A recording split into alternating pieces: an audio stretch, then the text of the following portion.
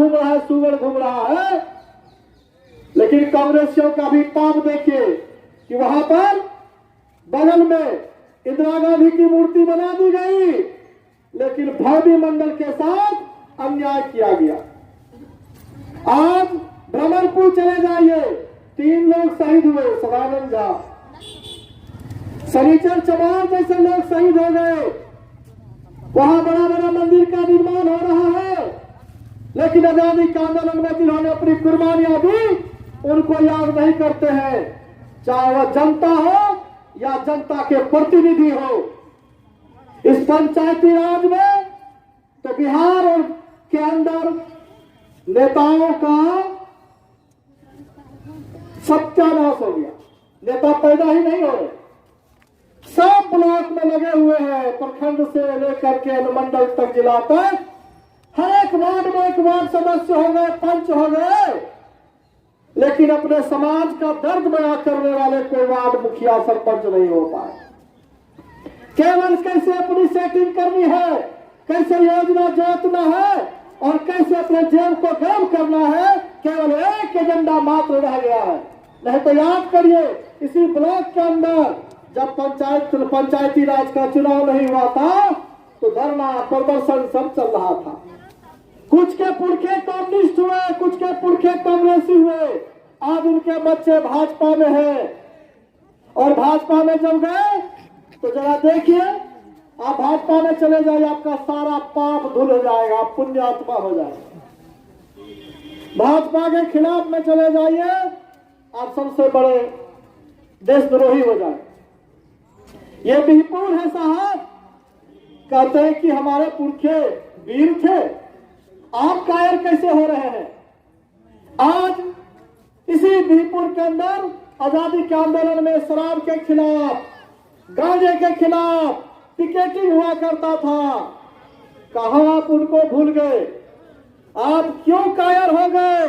ये सवाल है, बिहपुर की जनता ये पूछ रही है। बिहपुर को कहा जाता है नेता विहीन बिहपुर कहा जाता है, नेता नहीं है। यहाँ जिला परिषद हो, विधायक है, यहाँ मुखिया है, सरपंच है, वार्ड है, पंच है, संघ के अध्यक्ष है, पार्टी के अध्यक्ष है, लेकिन कोई वीर नहीं हो रहा है, नेता नहीं हो रहा है। यह बिहपुर के लिए सबसे बड़ा शर्मनाक बात। जिसने आजादी के आंदोलन में सैकड़ों नेता पैदा किया, आज वो नेता विहीन कहला रहा है। आज जनता चुप है, वो नेता से सवाल नहीं कर पा रहा है, उसके गिरावां को पकड़ नहीं पा रहा है कि तुम जो हमसे वादा किया उस वादे का क्या हुआ। आज अगर आप जुबान नहीं खोलेंगे तो आपकी जो अगली पीढ़ी है वो और गूंगी हो जाएगी और आपके जुबान को काटने की व्यवस्था सत्ता में बैठे लोग कर रहे हैं। एक तरफ था इंदिरा गांधी का इमरजेंसी, आज नरेंद्र मोदी का अघोषित इमरजेंसी है, उसके खिलाफ में नहीं बोल सकते हैं। बोलेंगे पकड़ के जेल ले जाएगा, आप पर झूठा मुकदमा किया जाएगा।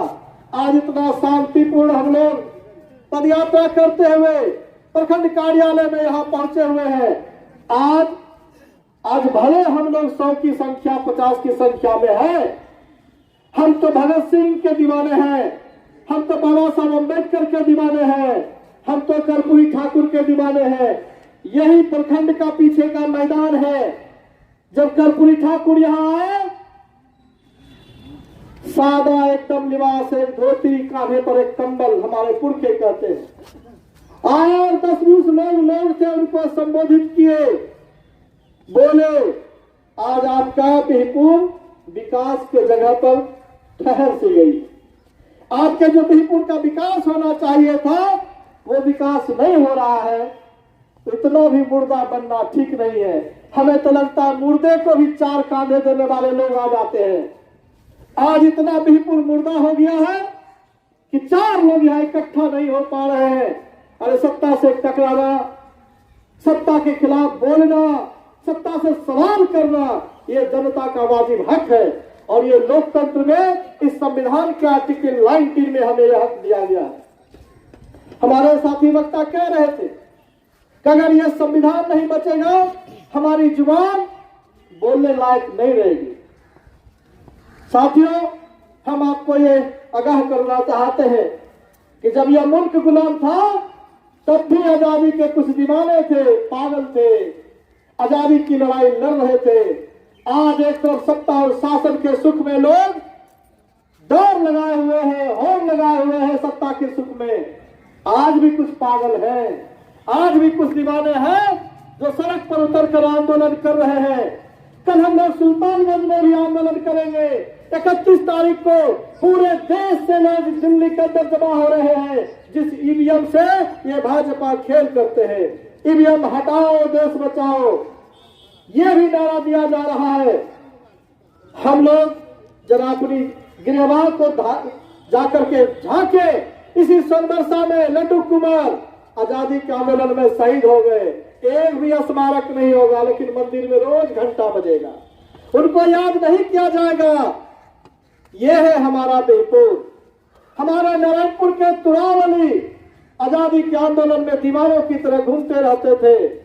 ये जाइए नगर पारा, बहुत सारे शहीदों का दीवारों पे नाम मिलेगा, इधर भी लिखा हुआ।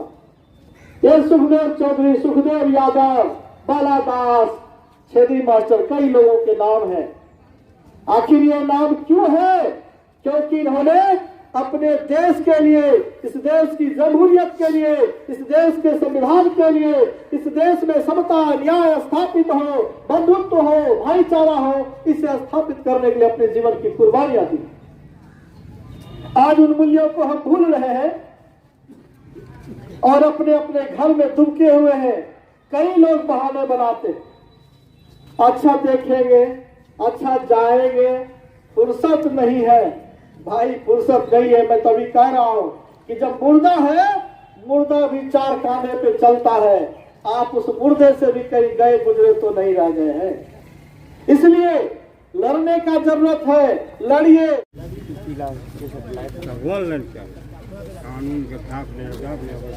सर, आज के कार्यक्रम के बारे में विस्तार पूर्वक बताइए। संविधान बचाओ, लोकतंत्र बचाओ, भाजपा भगाओ, देश बचाओ का ये अभियान हम लोग पूरे जिला के अंदर लिए हैं। भागलपुर प्रमंडल के अंदर बांका से लेकर भागलपुर के विभिन्न प्रखंडों में यह कार्यक्रम चल रहा है। इसी कड़ी में आज बिहपुर के अंदर यह कार्यक्रम हुआ, जो हम लोग स्टेशन बिहपुर स्टेशन चौक गोलंबर से आप देख रहे हैं प्रखंड कार्यालय तक यहाँ आए।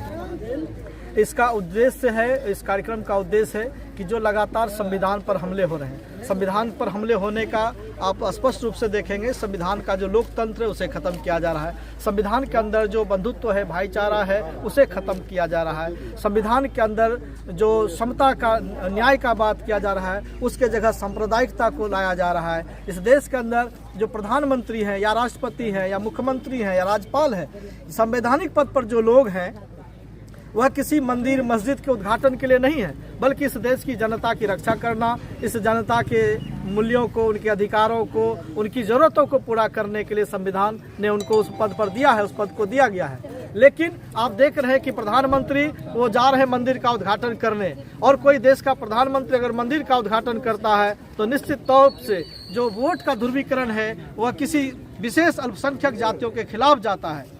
और वहाँ पर आप देखेंगे कि हम हिंदू राष्ट्र बनाएंगे, चाहे प्रवीण तोगड़िया हो या भाजपा के नेता हो या आरएसएस के नेता हो या कई एक शंकराचार्य हो, सब लोग हिंदू राष्ट्र की बात करते हैं और इस संविधान के बारे में कहते हैं कि ये संविधान हमें बहुत दुख दे रहा है, जितना जल्दी हो सके इस संविधान को खत्म करें। आप संविधान की बात करते हैं, कोई बोलता है कि हिंदुत्व खतरे में, क्या कहना चाहेंगे इस पर? वही तो मैं कहना चाहता हूँ कि जब हिंदू की बात करने वाले सत्ता में है, राष्ट्रपति हो, प्रधानमंत्री हो, मुख्यमंत्री हो, राज्यपाल हो, न्यायपालिका में सारे के सारे जब हिंदू बैठे हुए हैं, तब आज हिंदू खतरा में है। और जब ये सत्ता से बाहर था तब हिंदू खतरा में नहीं था। और हम लोग तो हिंदू कहते भी नहीं अपने आप को, क्योंकि हिंदू किसी भी धर्म का नाम नहीं है। आप पूरे धर्म ग्रंथ को उल्टा कर देख लीजिए, आपके चैनल के माध्यम से कहना चाहते हैं कि तमाम धर्म ग्रंथ जो है संस्कृत में लिखा हुआ है, और उसमें कहीं अगर हिंदू शब्द निकला हो, ये बात हमने दूसरे जगह भी कहा था, अगर किसी धर्म ग्रंथ में हिंदू हो तो मैं इसी चौराहे पर खड़ा रहूंगा और आप आइए और जूता मुझे मारिए, मैं मार खाने तैयार हूँ। मणिपुर पर आप क्या कहना चाहेंगे? मणिपुर के बारे में देखिए, ये प्रधानमंत्री हैं, झूठ बोलते हैं। मणिपुर में हमारी बहन को, हमारी माँ को नंगा करके घुमाया गया और इसका वीडियो पूरे देश नहीं बल्कि इंटरनेशनल लेवल पर वायरल हुआ। प्रधानमंत्री की जुबान नहीं खुली। वो उस संवाद पर वो गूंगे हो जाते हैं। आज तक प्रधानमंत्री कभी पत्रकार के सामने आकर अपनी इंटरव्यू दिया है? वो केवल चापलूसों को, चाटुकारों को, गोदी मीडिया को लाता है और अपना कुछ बात कह देता है और वो चला। कभी इंटरव्यू देने के लिए वो नहीं सामने आया है। सर, राहुल गांधी लगातार यात्रा कर रहे हैं, इस विषय में आप बताइए। देखिए, राहुल गांधी, मैं तो पूरे विपक्ष को कह रहा हूँ कि अभी अभी पार्लियामेंट के 80 से ज़्यादा सांसदों को बर्खास्त कर दिया। ये जो विपक्ष के लोग हैं, जिस लड़ाई को लड़ना चाहिए था, जिस तरह से सड़कों पर आंदोलन करना चाहिए, आज भी कांग्रेस के पास और विपक्ष में जो लोग हैं उनके पास ताकत है, उनके पास जनता है। अरे 33% वोट लेकर के जो है भाजपा सरकार यहाँ आई है। बाकी जो उसके खिलाफ में 67% लोग हैं वो तो खिलाफ में ही है, लेकिन उसे जो एकत्रित करने का काम करना चाहिए था वो नहीं कर पा रहे हैं। राहुल गांधी भी की जो दृष्टि है वो थोड़ी कमजोर है, दूरदृष्टि नहीं देख पा रहे हैं। सड़क पर जो उतरना था, तमाम सांसदों को टारगेट दे देना चाहिए था। वो सांसद जो पुराने हैं, नए हैं, हारे हैं, जीते हैं, सभी लोग आज सड़क पर उतर जाते हैं। उनके बहुत राज्यों में तो उनकी सरकारें हैं, कई राज्यों में उनके बहुत सारे विधायक हैं, वो क्यों नहीं सड़क पर उतर रहे हैं? लेकिन मैं राहुल गांधी की उस बात से भी सहमत हूँ जब राहुल गांधी कह रहे हैं कि इस देश के अंदर केवल 7% ही लोग, पार्लियामेंट के जो सचिवालय है, पीएमओ का जो सचिवालय है, केवल 7% ही दलित पिछड़ा आदिवासी है। वहाँ 93% जो है केवल अपर कास्ट के लोग हैं। उनको हम वो जातिगत जनगणना की बात कर रहे हैं, सामाजिक न्याय की बात कर रहे हैं। अगर ये बातें राहुल गांधी केवल जुबानी तौर पर कहते रहेंगे तो भाजपा को नहीं हरा पाएंगे। उनको सड़क पर उतरना चाहिए और देश के अंदर तमाम जो जन आंदोलन चल रहे हैं उन जन आंदोलनों के साथ कोऑर्डिनेशन करके 15 दिन में सड़क पर उतर जाएंगे। 15 दिन में सत्ता इस देश की बदल सकती है। सर, जैसे माननीय नीतीश कुमार बोल रहे थे कि महिला को आरक्षण के लिए दिया जाए, तो अब वो तो सरकार गठबंधन की फिर से नई सरकार की बना ली है, उस पर देखिए, नीतीश कुमार जी बिहार के मुख्यमंत्री हैं और 9वीं बार शपथ लिए हैं। वो ऐसे मुख्यमंत्री हैं जो मुख्यमंत्री बनने के लिए मुख्यमंत्री पद का इस्तीफा देते हैं। ये अपने आप में एक आश्चर्य बात है। अगर उनके पास नैतिकता होती, उनके पास अगर सिद्धांत होते और समाजवादी मूल्यों के विचार होते तो लोहिया अपनी सत्ता में रह कर के भी अपनी सरकार को बर्खास्त कर देते थे। अगर वो कहते हैं कि हम लोहिया और जेपी के लोग हैं तो उनको आज ही के दिन सत्ता से रिजाइन दे देना चाहिए और सरकार को ध्वस्त कर देना चाहिए। जिसकी सरकार बने नहीं बने, इनको सत्ता शासन छोड़ देना चाहिए। सर, आपका परिचय? मेरा नाम गौतम कुमार प्रीतम, सामाजिक न्याय आंदोलन बिहार से। धन्यवाद। आज हम लोग भागलपुर जिले के विभिन्न हिस्सों में कर रहे हैं और लगातार चल रहा है। कल ही सुल्तानगंज में भी होना है। पूर्व मुख्यमंत्री कर्पूरी ठाकुर की सामाजिक न्याय की जो विरासत है उसे बुलंद करने की जरूरत है। आज भाजपा भारत रत्न देकर एक नए तरह का चक्रव्यूह खास करके अति पिछड़े समाज के अंदर खेलने का काम किया है। जिस कर्पूरी ठाकुर को भाजपा के पूर्व बिहार के प्रदेश अध्यक्ष रहने वाले, जनसंघ के अध्यक्ष रहने वाले कैलाशपति मिश्र ने गाली देने का काम किया। कर्पूरी ठाकुर मुख्यमंत्री थे, उनकी सत्ता को गिराने का काम किया, अपने विधायकों को लेकर भागने का काम किया। भाजपा का चरित्र आज भी नहीं बदला। आज भी देश के विभिन्न हिस्सों में अपने पूंजी के ताकत से, अपने सत्ता के ताकत से पिछड़ों का, दलितों का, आदिवासियों का दोहन कर रहा है, शोषण कर रहा है। हमारे देश में महिलाओं को नंगा घुमाया जा रहा है, लेकिन प्रधानमंत्री की जुबान नहीं खुलती है। ऐसे मुल्क में आज हम पहुंच गए हैं। ये अघोषित आपातकाल है, इसलिए ये जनता की लड़ाई है। सत्ता में बैठे जो कुर्सी पर लोग हैं, कुर्सीदान लोग हैं, वो जनता की लड़ाई नहीं लड़ सकते हैं। इस बात को आप कितनी बार आप समझना चाहेंगे? आप समझ सकते हैं कि बिहार में कब कौन किधर चला जाता है, इसकी कोई गारंटी नहीं है। और पिछड़ा समाज, दलित समाज बड़ा भोला भाला है, आदिवासी समाज, और लोग भरोसा कर लेता है, कसम खा लेता है, मैं कसम खाता हूं कि बार इधर नहीं जाएंगे और फिर उधर चले जाएंगे। तो खैर, ये सत्ता में बैठे लोगों की सत्ता की चरित्र है, लेकिन ये जनता जो है उसे सजग होने की जरूरत है और उस सजगता में आगे बढ़ना है। हम लोगों के बीच शोषित वंचित समाज के अखिल भारतीय वंचित समाज के अध्यक्ष, हम लोगों के अभिभावक माननीय रघुनंदन ठाकुर जी से निवेदन करते हैं कि वो आप आए और संविधान बचाओ, लोकतंत्र बचाओ, भाजपा भगाओ, देश बचाओ का जो ये अभियान है